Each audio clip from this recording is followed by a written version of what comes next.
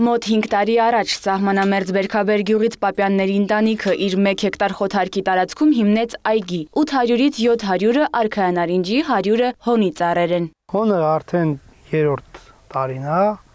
իսկ արքայանարինջը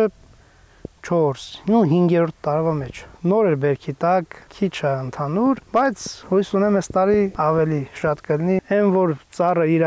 գագաթնակետին հասնի նորմալ վիճակով լինի, ես նախատեսում եմ, որ մի ծառից գոնե 50 կիլոգրամ բերք կստանա։ Եվս մի այգի էլ հիմնել են գյուղի մեկ այլ հատվածում, 6000 քառակուսի մետր խոթարքի տեղում։ Արքայանարինջի այգիա նորատունք 2-րդ տարին այն արդեն որ դրել եմ,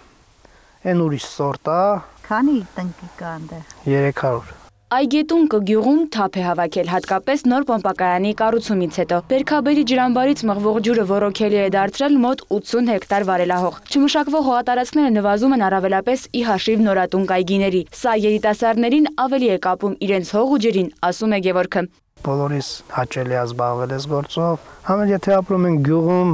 միտք էլ չունենք գյուղից հեռանալու, սահմանի գյուղ է, սիրում ենք մեր գյուղը, ու պետք է ինչ-որ բան ստեղծենք, որպեսզի հետագայում եւ եկամտի աղբյուր, եւ զբաղմունք, բոլոր այգի են գցում, բոլորս միասին մի բռունցքի պես փորձում ենք ավելի զարգացնել գյուղը։ Ասում է, այգում անելիք միշտ կա, նույնիսկ եթե եղանակը բարեհաճ չէ։ Հաճախակի եմ գալիս իմ ծառերին նայում եմ, հեսա շուտով կսկսեմ էտել ծառերը, ավելի տեսքը եւ վիճակը կբարելավի։ Գյուղում այգիների գերակշիռ մասը արքայանարինջի է, բայց շուկայում իրացման խնդիր չունեն, պահանջարկը մեծ է, ասում է Գևորգը, արդեն մտածում է արտահանելու մասին։